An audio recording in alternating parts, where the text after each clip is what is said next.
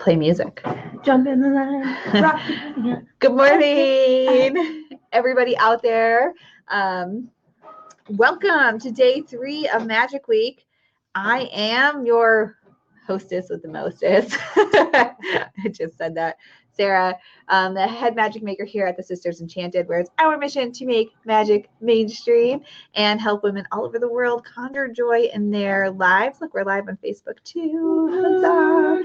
And I am Jigsaw. Yes, we have a new our new podcast season. Drops. I just said drops. Right. It comes out May 1st, and Anna and I say huzzah one too many times in that in the series. So good morning, those of you on Facebook too. If you're new here, welcome Anna. Hi. Anna is the co-founder of the Sisters Enchanted, my real life sister. We live right down the street from each other. I like to say I drive the bus here at the Sisters Enchanted, steer the ship, all that good stuff. And Anna's all kinds of things.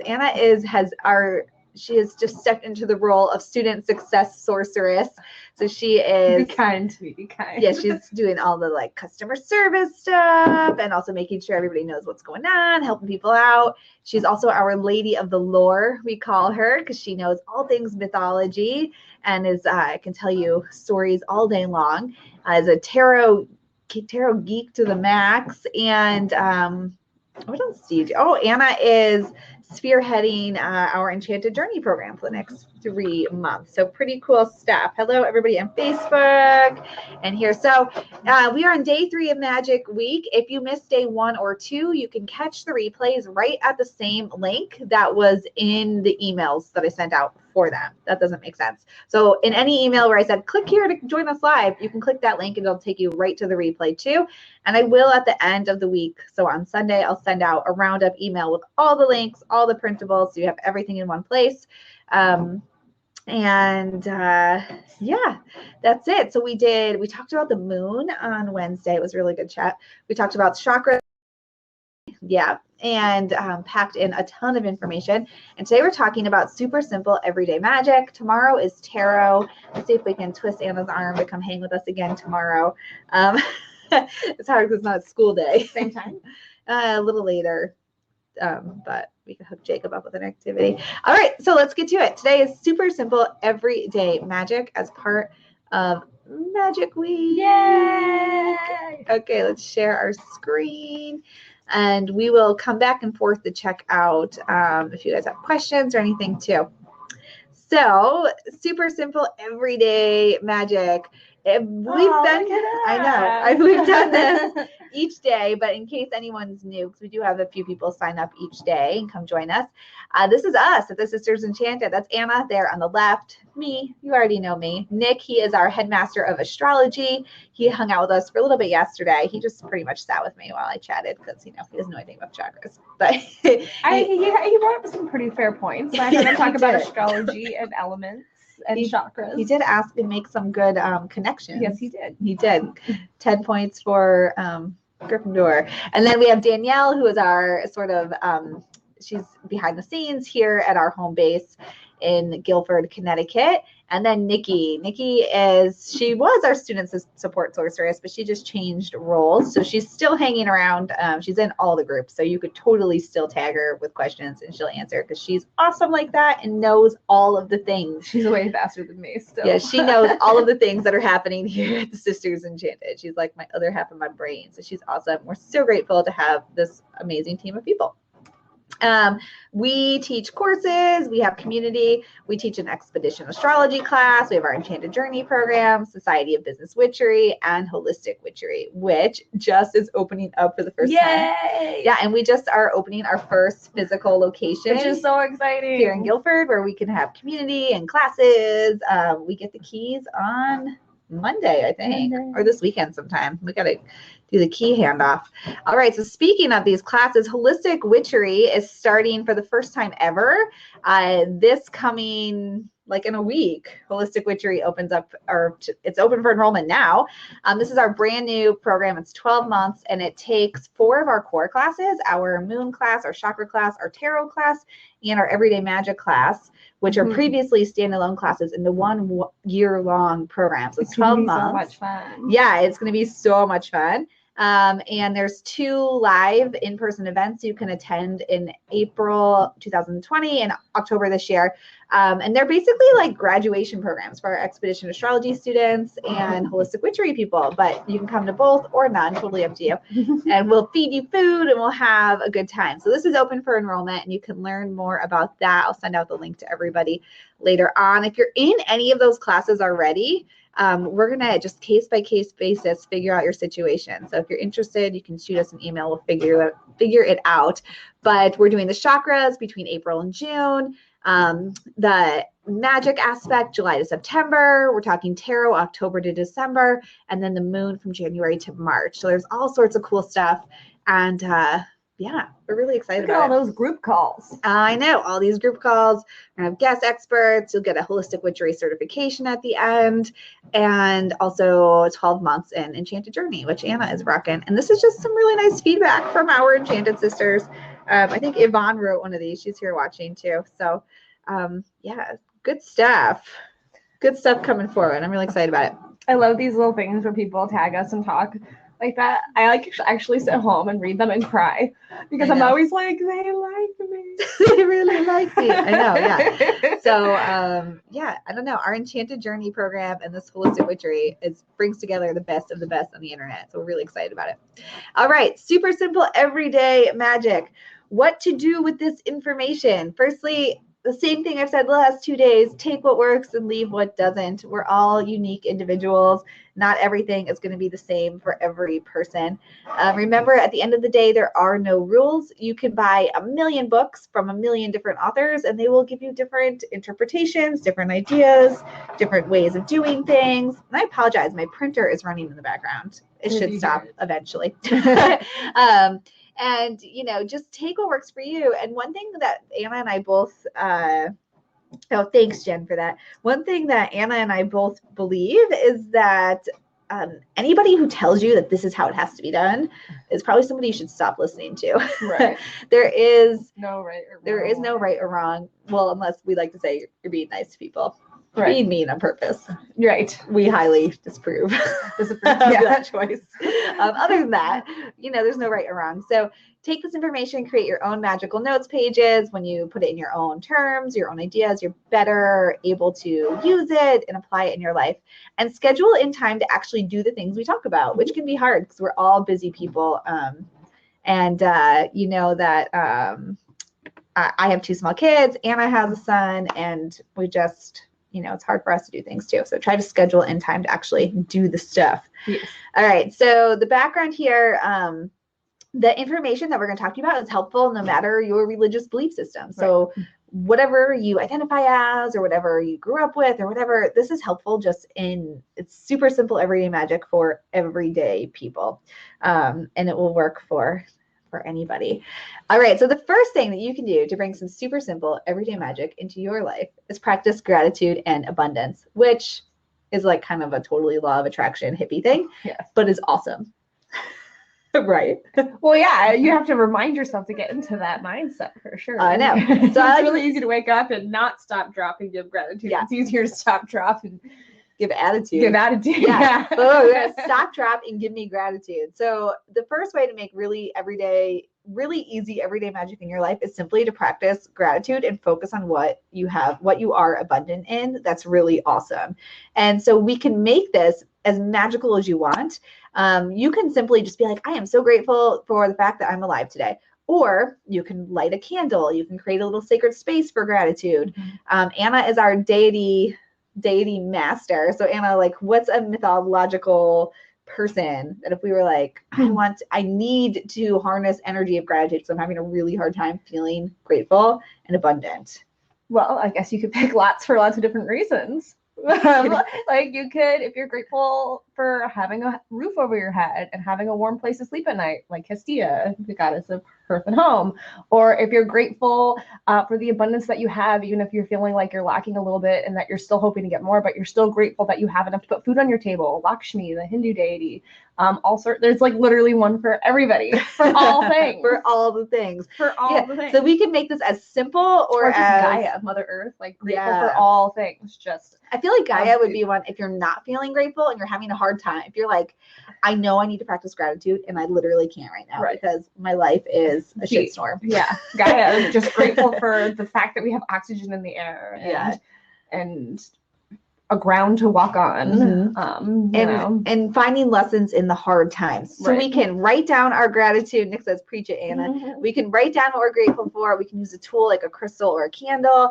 I like to take a crystal sometimes and just kind of hold a crystal and sort of help it charge me up with that energy of gratitude, particularly in hard times. Screen, or is it just you? Yeah, no, it crops it to a little square. Particularly in hard times when I'm having, a lot of difficulty figuring out what am I abundant in, what am I grateful for, and sort of aligning my energy to the crystal. You can also charge up a crystal for that specific use. Yes. Like keep it on your bathroom vanity or like like a shelf in your bathroom or your kitchen counter, in your car, your desk at work, in your pocket. And that can be the thing that when you find yourself being like, everything is the worst, nothing goes my way, that you grab that crystal that you've charged up with that connection, that energy of gratitude and abundance, and hold it and say, I am grateful for something small right now. And I am abundant in the fact that I'm alive. Right. I find it a good practice too to even just say like 3 things that were good today. Yeah. Like even if you had like a really hard day, but 3 things that were really good today. And even if you have to dig down real deep and just say it was sunny today.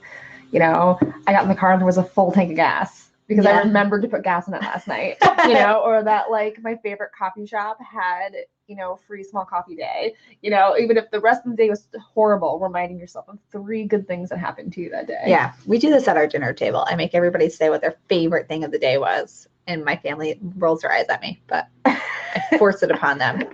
So does Adam do this? Yeah, he goes, yeah. My almost 2-year-old. He started saying hey to me. Hey, like when he needs stuff. He's ridiculous. So another way to bring super simple everyday magic into your life is through creation of sacred space. This is one of those things that can be very overwhelming. And if you're in our Facebook group, there are questions all the time about how do I create an altar? What do I need to include?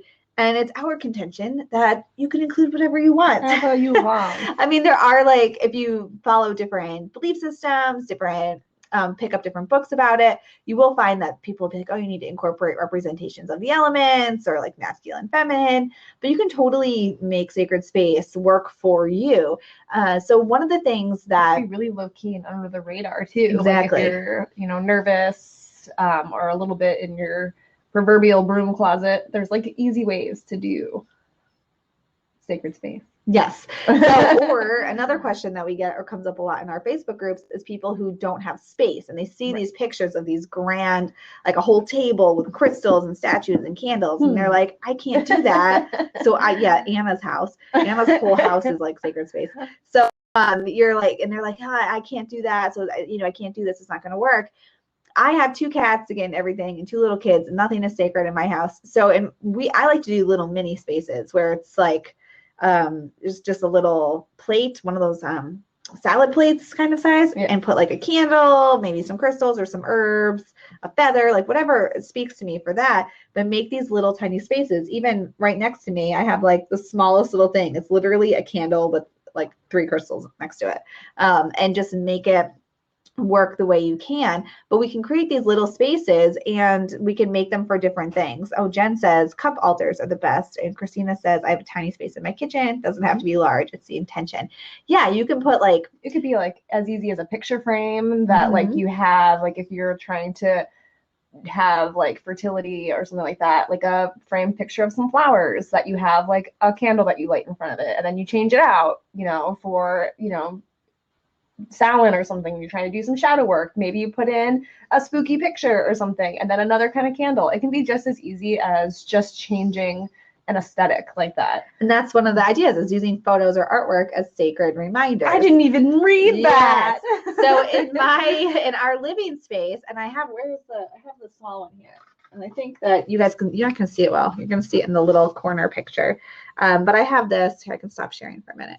And we could check in on comments too over on Crowdcast.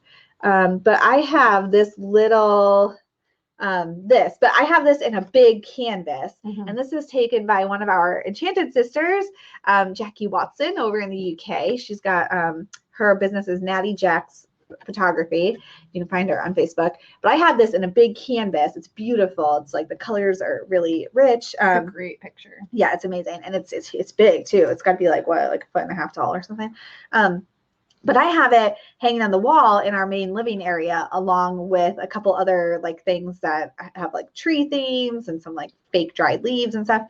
And anyway, for me, it's like my sacred space, because I can stop in a crazy moment and look at it and just connect with that tree, and be like, oh, ground yourself, center yourself, Sarah, send your energy to be outside, even though I'm stuck inside in the cold months, or like my kids are hanging from the ceiling, or my husband's driving me crazy, or whatever.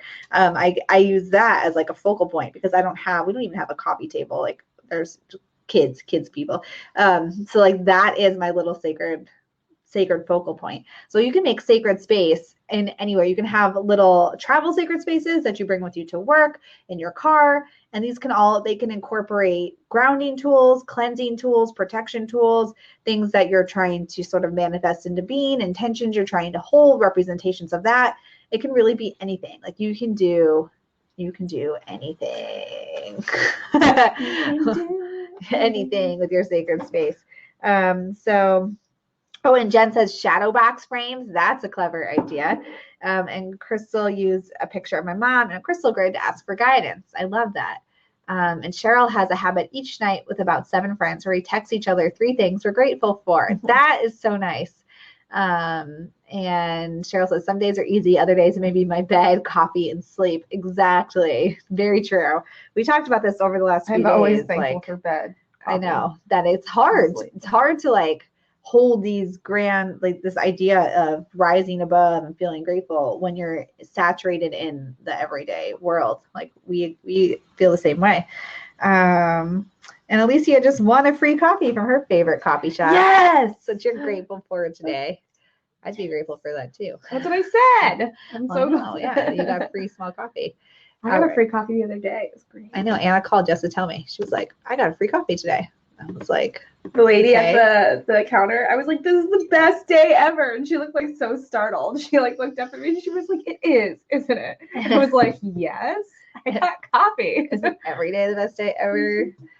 All right. So the next way that you can make some super simple everyday magic in your life is by decluttering, which is another one of those buzzy sort of things, especially with Marie Kondo on Netflix. Does this item bring you joy? Yeah, does this spark joy?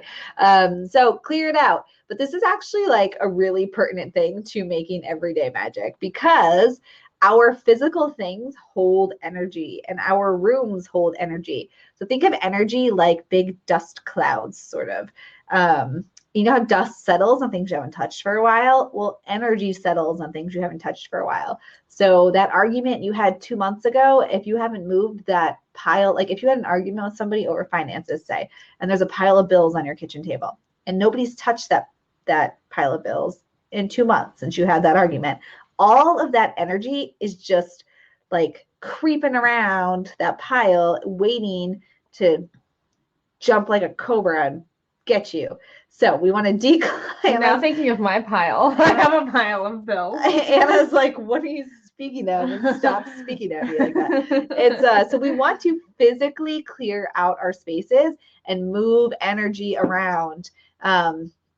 Dust under furniture. Like we see so much where people they'll cleanse their homes with sprays or smoke, or you can use sound like bells, hand clapping. And we do like the corners, and we do kind of like in the air around us, but you got to get down under your furniture and clear that stuff out. You got to actually clean under there. And this is where having something like a witch's broom comes in really handy, because you can actually clear with intention and sort of sweep while with intention and saying, I remove negative energy, only peace and love live here. I remove negative energy, only peace and love live here. So physically clearing out our space and clearing out things that are harboring negative emotions for us, but also just moving energy, like actually moving energy around. And then we can also emotionally and spiritually clean our own energy. So declutter our thought systems, declutter the ideas that we're holding on to. Cord cutting is a really great activity to try and do if you're like really attached to a situation, an outcome, a person that's just not serving you. We can cut those cords to that thing. So clearing out our physical spaces, emotionally, spiritually clearing out our own energy, our own minds.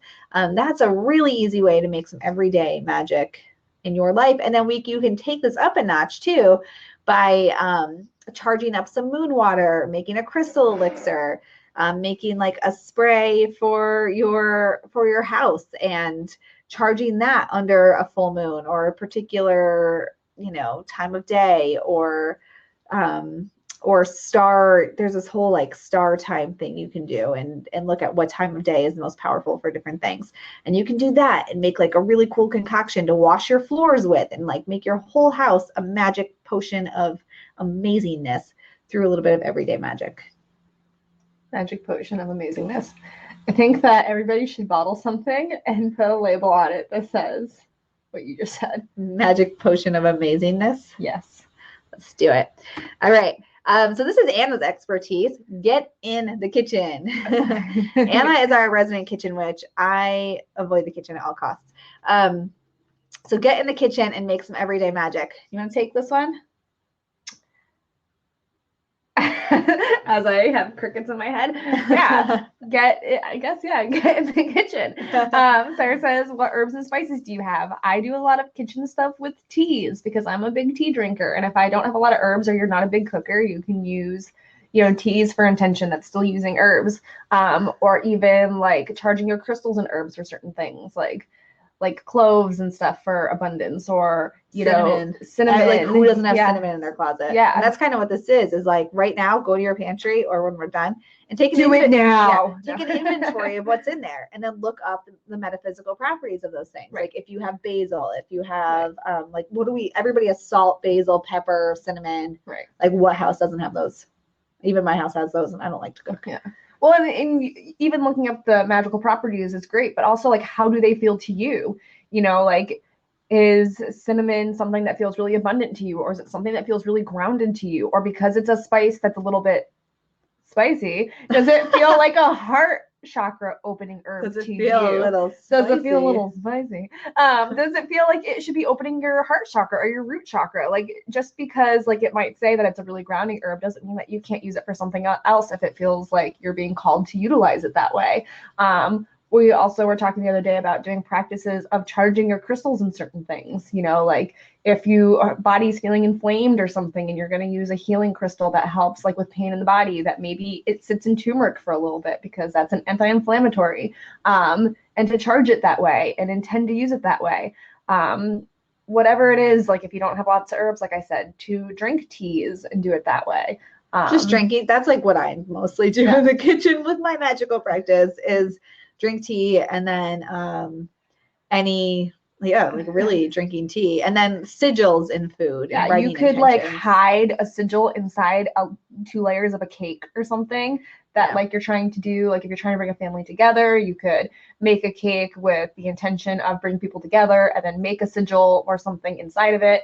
Or even me, I have certain kitchen tools because like Sarah said, I'm a mom and I work and I run in and out of the house, that I have certain kitchen tools that are charged with certain intention, that when I use these things that they bring this into my life, a happy, healthy family or something like that. And you can put an intention or sigil in a food even if you don't like to cook. Like, because I don't like to cook, I have these this meal delivery thing. Anyway, and we just heat it up. But like even that, I can take like a knife and carve something right in the top of it before it gets heated up, or stir it with intention. Right. So you can like, even if you don't like to cook, you can make some kitchen magic. Yeah, or even just sit with a bowl in your hand and like hold it in your lap and just watch the energy from you know, from your hands, infusing it into the bowl. If you don't have a sigil, you know, you can just sit there and hold it and be like, I am so grateful for this right now. And the fact that it's going to nourish me or something. Really crazy. Another thing that she's gone mad. We talked about this in one of our classes in the past, making a little station in your kitchen that is like a beverage charging station. So this is obviously not my kitchen, and I just, you know, what I had saying here. But like if you are a tea drinker or a coffee drinker, it is a good thing. I need to declutter my office space. You could have a little altar space or a little sacred space for charging your coffee, your water, your tea, and it always have it on your kitchen counter. And that's a really great way to make some everyday magic in your kitchen. So like these are little citrine points. And I drink coffee every morning. So on my kitchen counter, I don't have this currently, but I could, if I wanted to, have this, like, have some abundance things set up, put some cinnamon in my coffee, and, you know, give it a little stir for abundance and sort of do that all in my little crystal grid.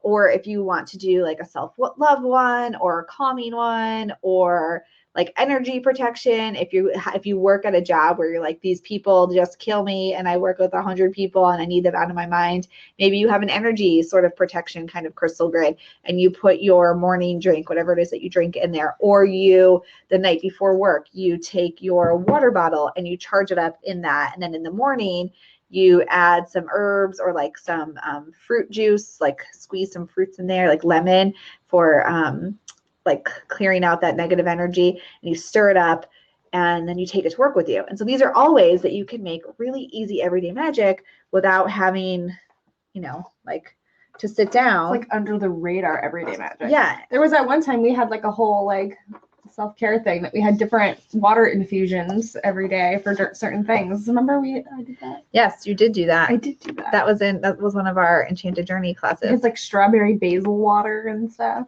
Yes. Yeah, Anna's totally the kitchen witch extraordinaire.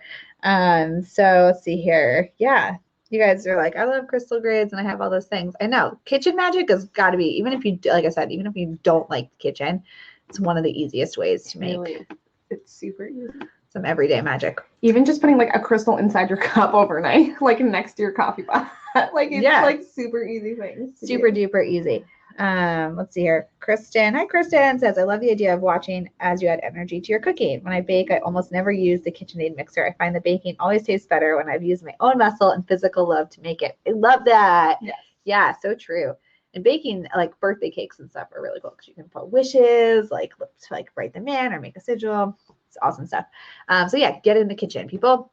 The next way to make super simple everyday magic is to simply write it out. So we've talked about this a lot over the last days. You can just journal, write affirmations to yourself, write down the thing you want to have happen, like it already happened. You can have it sitting next to you. Like I always have papers next to me with different goals on them, pictures of things that I want to achieve. So I see them and I remember them and I don't forget them. But a really cool way to make everyday magic through writing is writing love letters, which, you know, might sound silly, but you can write a love letter to yourself. Like, you write one to me? I could. You're like, no. I watch no filter through your head. Like, okay. You can write a love letter to yourself, other people, like your sister, to deity, physical things like your home. We talk about this, writing a love letter to your home. So many of us, myself included, live in homes that don't exactly fit your needs. My house is really small. We're crammed in here. But your home needs a lot. Like I did a reading recently where literally the house was speaking way more than the energy around the person. Yeah. Your house is an energetic being. And like what, and it's like, you think of your house, everything that happens in your house, you get to leave your house, right? So if there's a big argument or if there's a lot of merriment, like a big, you know, holiday party or something or birthday party, you get to leave and like go experience other things. Your house never gets to leave. Right. It just holds all of this and it absorbs everything. And your house, it's the container for you, but it's also the container for all the lives that lived it before you, all the lives that will live it after you, for all of the memories, everything. And your poor house never gets to take a break from that. It's always the container for everything that's happened through this timeline, everything that happened on the earth before the house was put there. Your house is always there. It doesn't get to take a break and go somewhere else. And like, I know I am very, very guilty of treating my house poorly and being like, this stinking house, it's leaking again and it needs this and it's like going to be this amount of money or whatever. And Your house needs a little better. my house needs a lot of love right now. But and taking the time to say, you know what, it might be leaking, but generally speaking, it doesn't leak and it keeps us warm and dry for the most part. It houses your 2 children and keeps them safe. Yes, it does. We just like, and our house just never gets to leave. So writing letters to the earth, the universe. Mercury was just retrograde. We're direct again. Huzzah. Thank you, Mercury. Mercury, for becoming direct again. I know. No, this was a good retrograde for me, actually. Like, a lot happened. Like, a lot. Just, I feel like I was sort of floating on a cloud and like so much happened. I've had a lot happen in the negative last like a month. Mercury retrograde was like not as nice to you as it was to me. I know, and I usually don't have trouble with Mercury retrograde. Yeah. I don't think. Although Nick will probably come in and be like, "Yeah, you always have problems with Mercury retrograde. You just don't acknowledge it." Well, but this one was really So bad. what was mine impacting like my house of the 9th house, I think. So like travel and stuff. So yeah. Anyway, I think it was just good. I for me. ignored what mine was impacting. So yeah, you could write letters to Mercury when it's in retrograde, before it goes retrograde. Be nice to me, please. What goes retrograde next? Jupiter and then Pluto, and then Saturn, like all back to back. Oh, fun. Jupiter, Pluto, and Saturn. Yeah, the outer planets, right? They're taking their turn through the backspins. Nick's laughing over here. So yeah, write letters. That's a really great way to your past self, your future self, your past present self, like your childhood self, your teenage self. Write letters. Oh, that's a really good idea, especially if you're doing some self-love stuff or inner child work, to write some letters to your past self, like love letters about like, don't be so hard on yourself, like, Yep. erase what you see in the mirror because you're fantabulous. You're fantabulous. You're fantabulous. Yeah. Stephanie says this is a great retrograde. Yeah, I feel similar. Like it was a really good retrograde. But I know other people like Anna's like, no. I just made the worst face. Yeah. Let's see here. Christina lives in a house built in 1920, surprisingly calm. It does stay stagnant though. Nick says 4th house of emotion. But why was it work related, Nick? Nick, is it because my work answers. is too much like a home at this rate?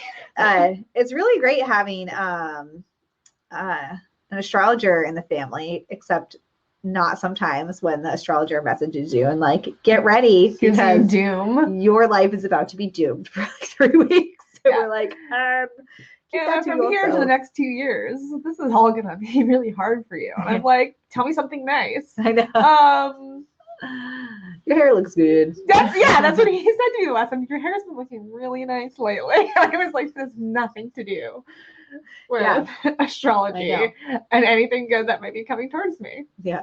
So anyway, super simple everyday magic. It doesn't have to be hard. You can use candles. You can use like candles are such an easy thing to use in everyday magic. Where do we got some candles hanging around? I know we have candles hanging around. Sorry, I'm making faces at Nick. We just did actually a video that's going to come out on Monday. No, a blog post that comes out on Monday about 3 ways to use candles in your daily life. Like I said, it comes out Monday, but we can talk about it now a little bit. Candles are so easy because you can light them with intention. You can write on them, you can carve in them, you can put oil and herbs on them, or you can just focus your energy on it. Like if you're having a really hard day, like light the candle and just sort of see the negative energy like going into the flame and out to the universe. Or if the day has been really awesome and you're like, I want more of these awesome days, look in that flame and kind of imagine it growing with the awesome thing that happened, like expand your awesome energy.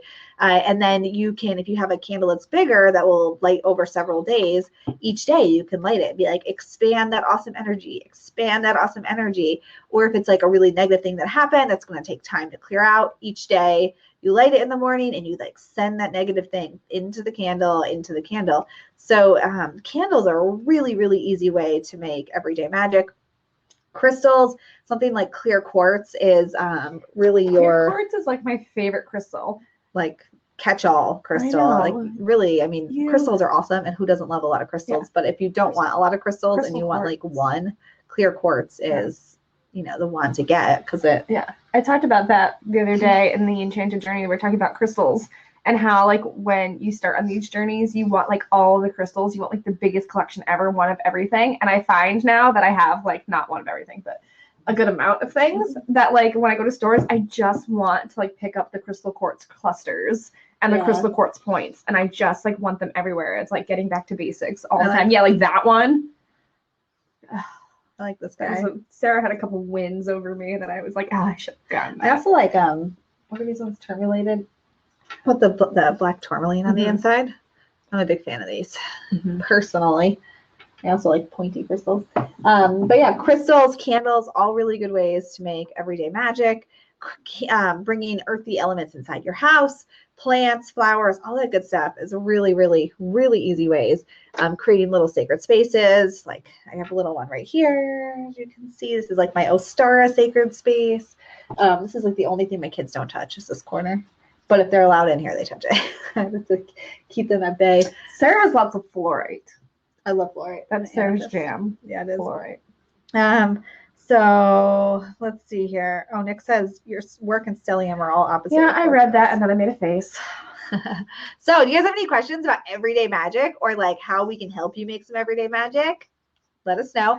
In the email that went out, there was a nice printable for you with all of these things typed out and easy for you to digest. I think that the biggest thing with everyday magic is just not to get stressed out about it. We buy these books and it's like all these things you need to know, or like Beltane will be coming up on around May 1st, and you're going to see all this, like all these suggestions of things you have to do or things you should do, and you don't have to do anything. And there's nothing that you should do. You should do what feels right to you and what you feel like you need to do to make your life more magical, feel more powerful, and really feel alive in your own skin. So I think combining what we've talked about the chakras and the moon with everyday magic, and you're really like in it to win it. That's Anna said, I like fluorite, and I also I love the color green, and I'm always working on that heart chakra and unconditional love. And Anna will be the first person to tell you that I do not always unconditionally love. I put lots of conditions. And so I'm working on that. I've been pointing at her like for some time when I talk to her about something, and she'll start talking to me. I was like, oh, or are you, what did I say to you lately? That you were going to be uncooperative or something? I was like, oh, so instead of being helpful and open, you're going to be uncooperative. Yeah. I was like, yes, I am. But like you could take what we talked about with chakras and energy and with lunar cycles and work on that with your everyday magic. Like I love the rose quartz crystals for my heart chakra and like anything color green. And that's sort of how I make some everyday magic too. So Maria is saging a good way and how often. You can use smoke to cleanse energy for sure. You can use incense, you can use herbs, sage is an herb. And there's really no like you should do it every day. Yeah. Some people will say at the waning half of the moon cycle, because that's when you're banishing, you're releasing, that's a really great time to do it. Full moons, new moons, any of those in between times, liminal sort of spaces. Oh, you're knocking everything. I did. Those are great times, but some people will use smoke to cleanse areas daily. Some people just like when they feel like it. There's no there's no sage is a lot time. And I might sage like once a month or once like every other month, just because like I don't love like the scent it leaves over afterwards. The smoke hurts my throat. But I'll light incense like pretty regularly. Yeah, but if you don't like smoke, I don't like smoke really. You can make different sprays with different essential oils. You can use sound, or just you can clap. You can use singing bowls. You can use bells, rattles. Or just playing music and dancing, honestly. Like your favorite song. Yeah, like blasting music is a great way to change the vibe of a room. And also you're moving your own energy. That's pretty much what we do in our house. When everyone's arguing or like nothing's going right, we just put on like a really cool soundtrack and we'll just like let it go.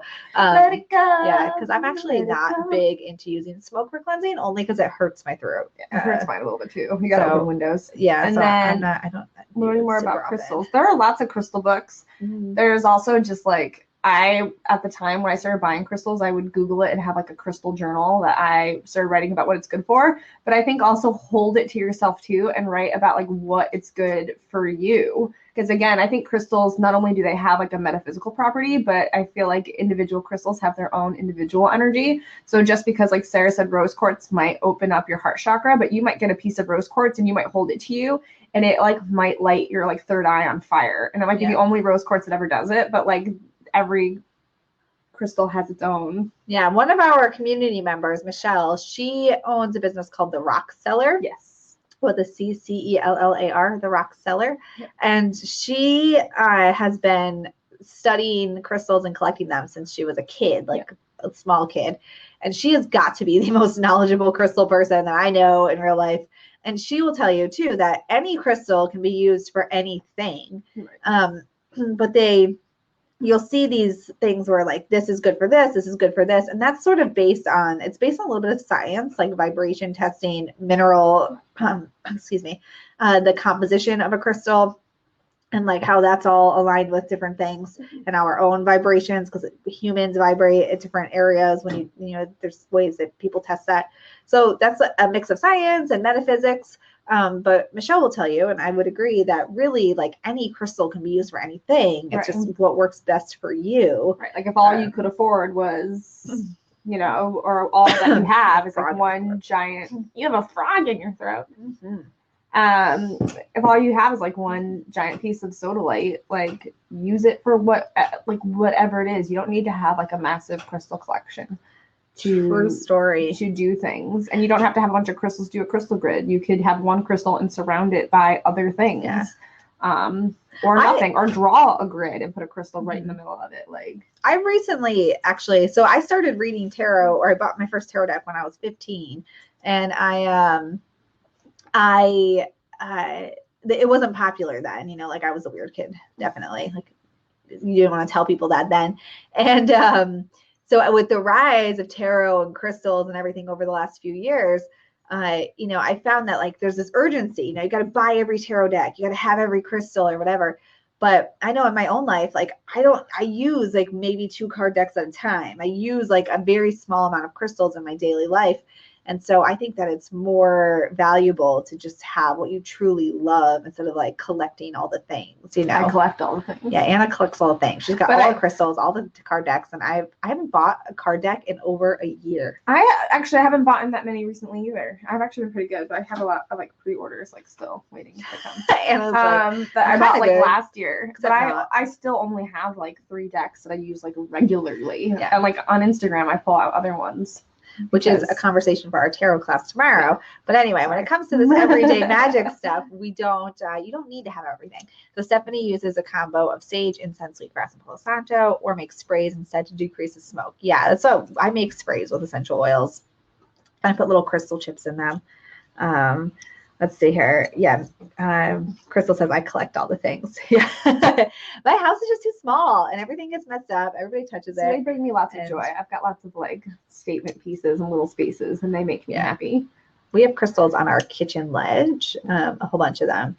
And I have that one high like cupboard, but there's stuff up there. But I had a plant that was suffering a little bit and I moved it, like one of my little trees, and I moved it back to behind where my green Tara place is, and 2 of the branches and the leaves have started curling around her and being like they're starting to get like their color back and stuff, but they're like they're doing things that they don't usually do, but they're like curling around her. Oh, my plants where my green Tara is are dead.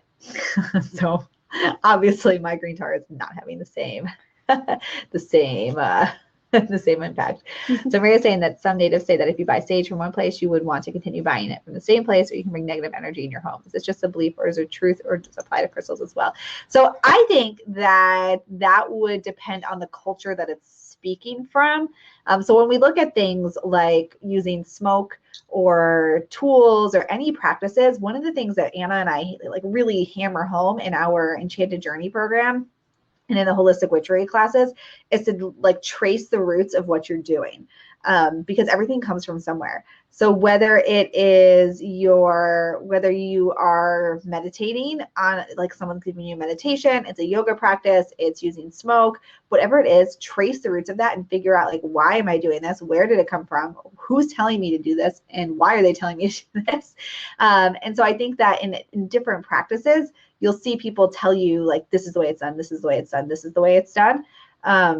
And when you look at cultural anthropology, though, like there's so much cross-referencing of things that I don't know a specific practice that says to come from one place. I think that you certainly, with any herbs and any crystals, so what we love about Michelle is that she buys only sustainable, ethically harvested, sustainable crystals. Right. Yeah. Because there are some places that use child labor. They like blow up, they like use lots of what's that stuff called? That explodes, dynamite. Yeah, to like blast the earth, and like what's that doing with the energy of the earth there? And so looking at where you're buying your stuff from, for sure, are we harvesting from the earth in a way that is sustainable, in a way that it's able to be grown again, or are we like killing the system and spraying all kinds of crappy things that we're then putting in our houses, right, that we're breathing in? So I think that for me, like just following, where did it come from? What's the story behind it? Am I doing my part? Am I doing my part? Are the people that are harvesting it being treated ethically, being paid fair wages? Which is really hard to do because most places we don't have that transparency. Most places don't have that at all. So yeah. So I would say that I don't know that you have to, in my opinion, and from what I know and understand to be true, that I wouldn't say you have to buy things from the same exact place. I would say it's more about knowing where it came from to begin with, in my personal opinion. I'm also of the opinion, though, that negative energy doesn't like seek to come find people. Right. You have to like really be open to that, and most of us are open to it when we're negative and not realizing it. Like when we're like, oh, everything sucks. That's when negative energy is like, I love that. You're my friend. Yeah. Well, that's like something like I do. This is along the lines, and then I won't talk much because I know Sarah likes to keep me moving. But I've had, like I said, a really bad like month, and I keep falling into like the negative. But when I go to bed at night and I like close my eyes, I try to like get rid of all of that. Like I have like a ritual that I'm like, I am not allowing the negative energies to seep into me. Like I am surrounded by light and love. Like, because I know all day I was like Debbie Downer, and that I was hurting my own, self with the negative self-talk. But at night I go home and I try to purge it. And get it out of there so that I can go to sleep clear and light and try to restart fresh the next day. Mm-hmm. So even when you gotta let it go. Yeah, let it go, yo. So anyway, I guess that's it for super simple everyday magic. You can make magic in your life without lots of fancy tools, without taking lots of extra time that nobody really has, and celebrate the season, celebrate yourself, bring in lots of abundance.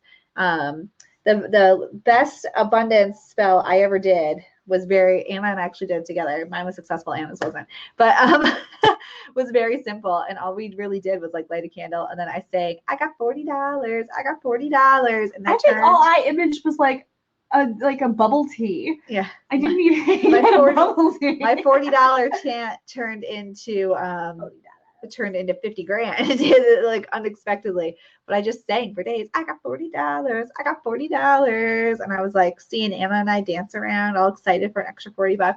And it ended up like really amplifying. So it's these little things that we do and we just put our energy into. And now everybody can sing all day long. I got $40. I try too hard. That's my problem. I try too hard. That's what I mean. Super simple everyday magic is where it's at. Anyway, okay. So I am that's it for today. We'll be on tomorrow, I think at 10-ish, I think, sometime, to talk about tarot with you guys. I'll see if I can get Anna back over here to talk about that. And that's it. So if anybody wants to join us for Holistic Witchery, enrollment is open for that. And it will close next Friday. So enrollment's open for 1 week for the next quarter, and then it won't open again for 3 months because you can't start in the middle of a class. And yeah, it's a year's worth of classes. a live graduation party with food and merriment and magic here in Guilford, Connecticut. Maybe I'll even cook. Maybe we'll buy food. We'll buy food. Please. And I always offer to cook. That will be catered. I always offer. And general goodness. So it's gonna be great. Plus you get to hang with Anna in Enchanted Journey and learn all about mythology. What's Anna in Enchanted Journey for the next 3 months? The first month is deity and fairy tales. May is deity and Arthurian legend. And June is deity and mythology. And then this month in Holistic Witchery, or this quarter, these 3 months, will be working with the chakras. And it's 8 lessons. We're going to talk about auras. We're going to talk about balancing your chakras and balancing for others, reading chakras for others. There's energy clearing meditations. It's like really good stuff. So anyway, we'll send be great. I love reading chakras for others. That's a lot of fun. Yeah, so also tell you guys about, and if you're in any of those classes, the tarot class, the chakra class, the moon class, or everyday magic, and as they previously were separate classes, it's going to be on an individual basis how we get you set up for Holistic Witchery. So it's going to be a lot of work probably, and you're going to have to email us and have patience, but we'll get you sorted. I'll email this out, Kelly. I'll email it out right now before we go eat. We're going to go eat something. Yeah. Well, I am anyway. No, I'm hungry too. I guess. All right, guys. We'll see you tomorrow for our tarot class as part of Magic Week. Yay! Okay. Bye.